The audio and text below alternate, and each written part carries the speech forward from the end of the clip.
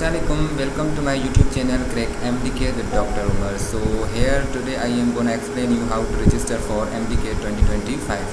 आप क्या करेंगे कि गूगल पर सर्च करेंगे PMDC को और PMDC की वेबसाइट आपके सामने ओपन हो जाएगी। ये आपकी PMDC की वेबसाइट आपके सामने ओपन हो गई है और यहाँ पर एक पोर्टल शो हो रहा है एग्ज़ाम रजिस्ट्रेशन का, जहाँ पर लिखा हुआ है क्लिक हेयर फॉर MDK। आप इस पर क्लिक कर लेंगे और ये आपका पोर्टल MDK की रजिस्ट्रेशन के लिए ओपन हो गया है। अब मैंने ऑलरेडी अकाउंट बना लिया है, इसलिए मेरा ईमेल और पासवर्ड वगैरह शो हो रहा है। आपको ये कैसे मिलेगा, कैसे बनाना है, इसके लिए आपको पहले क्लिक करना पड़ेगा रजिस्ट्रेशन फॉर्म पर। सो आइए चलते हैं रजिस्टर फॉर्म पर से क्लिक करते हैं।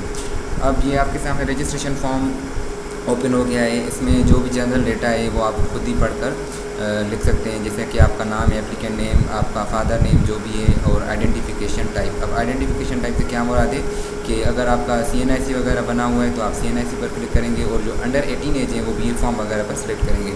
ये जो तीन ऑप्शन दूसरे हैं ये फॉरेनर्स के लिए, जो भी फॉरेनर्स हैं और MDK के लिए अप्लाई करना चाहते हैं वो इन पर सिलेक्ट करेंगे। यहाँ पर अपना आप सेल नंबर देंगे, कॉन्टेक्ट नंबर जो भी है आप वो अपना दे देंगे, जेंडर वगैरह सेलेक्ट कर लेंगे। कोई मुश्किल चीज़ नहीं है, ये सारी आप पढ़ के कर सकते हैं। अपना ईमेल एड्रेस वगैरह दे दें।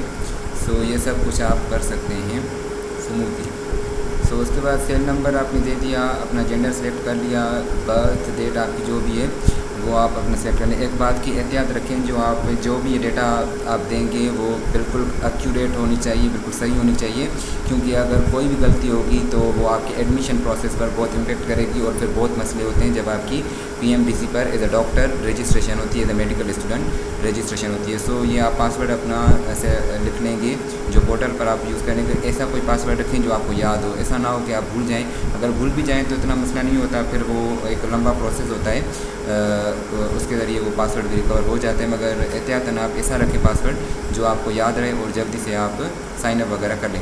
जैसे ही आप ये रजिस्ट्रेशन फॉर्म एक जनरल फिलअप कर लेंगे और ये सम वगैरह कर लेंगे तो आप साइनअप पर क्लिक करेंगे। जब साइनअप पर आप क्लिक करेंगे तो आपका रजिस्ट्रेशन फॉर्म कंप्लीट हो जाएगा, और यहाँ पर नीचे आपको शो हो रहा है एक बटन लॉगिन का, और उसके बाद आप लॉगिन पर क्लिक कर लेंगे।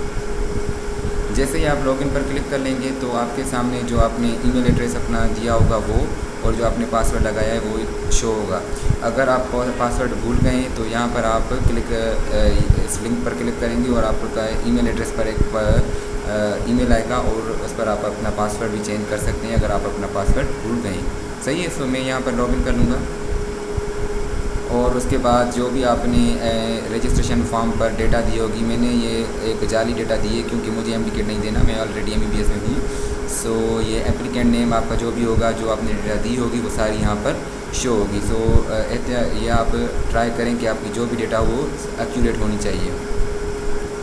इसके बाद ये जो डेटा है आपका सिटी ऑफ रेजिडेंस आपका कौन सा है, प्रोविंस आपका कौन सा है, आपका डोमिसाइल वाला सिटी कौन सा है, ये आपको सही से लिखना है। क्योंकि जो प्रोविंस आप सिलेक्ट करेंगे, बिलफर्ज अगर मैं सिंध सेलेक्ट कर लेता हूँ तो आपको यूनिवर्सिटी भी सिंध की प्रिपेयर करनी पड़ेगी, क्योंकि इस साल ये पॉलिसी चेंज हो गई है। ऐसा नहीं है कि आप अगर हैं सिंध में और UHS का टेस्ट देंगे, ऐसा बिल्कुल नहीं होगा।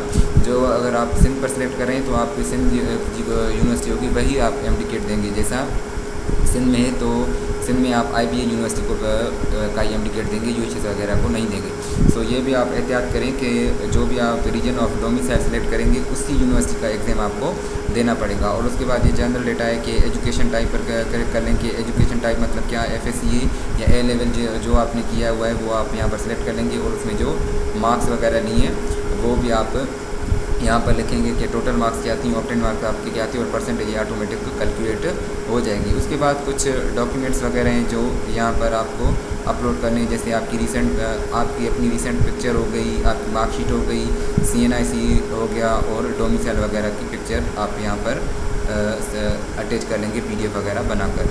अब मैं यहाँ पर वो अपलोड इसलिए नहीं कर रहा क्योंकि यहाँ पर एक लीगल रिस्ट्रिक्शन है, मुझे नहीं करना, क्योंकि यहाँ पर जो भी डेटा देनी है वो बिल्कुल एक्यूरेट डेटा देनी है, फेक डेटा नहीं देनी। आपको ये सारी एक्यूरेट डेटा देनी है ताकि आपकी रजिस्ट्रेशन कंप्लीट हो जाएगा। जैसे ही आप सबमिट एप्लीकेशन पर क्लिक करेंगे तो आपकी एप्लीकेशन सबमिट हो जाएगी और आपका चालान वगैरह जनरेट हो जाएगा। जैसे आपका चालान जनरेट होगा वो आप चालान पे कर लेंगे और वापस इसी वेबसाइट पर आएंगे और आपको एक ऑप्शन होगा कि अब अपना चालान पेड हुआ अपलोड कर दें। जैसे आप अपलोड कर देंगे तो आपकी एमडी-कैट की रजिस्ट्रेशन हो जाएगी। सो ये एक सिंपल मेथड है, इसमें कोई ऐसी बड़ी चीज़ नहीं थी जो आपको समझ नहीं आई। फिर भी अगर आपको कोई चीज़ समझ नहीं आई है तो आप मुझे कमेंट्स में पूछ सकते हैं कि आपको वो कैसे टैकल करनी है। सही है। एक आखिरी बात, अगर किसी को बिलफर्ज फॉर्म भरने में गलती हो गई है तो कोई मसला नहीं है। यहाँ पर आपको सारा ऑप्शन दे दिए गए हैं कि अपडेट प्रोफाइल कैसे होनी है। अगर किसी का नाम गलत हो गया है या फादर नेम गलत हो गया है तो वो सब कुछ अपना अपडेट हो सकता है, इसमें कोई मसला नहीं है। मगर फिर भी आप ये एहतियात करें कि जो जब भी आप रजिस्टर करें तो अपना नाम वगैरह हर चीज़ सही से फिल कर लें। अगर गलत हो भी गई कोई मसला नहीं है, ये यहाँ पर ऑप्शन आपकी अपडेट प्रोफाइल, अपडेट एप्लीकेशन वगैरह सब कुछ दिया गया है। So that's all.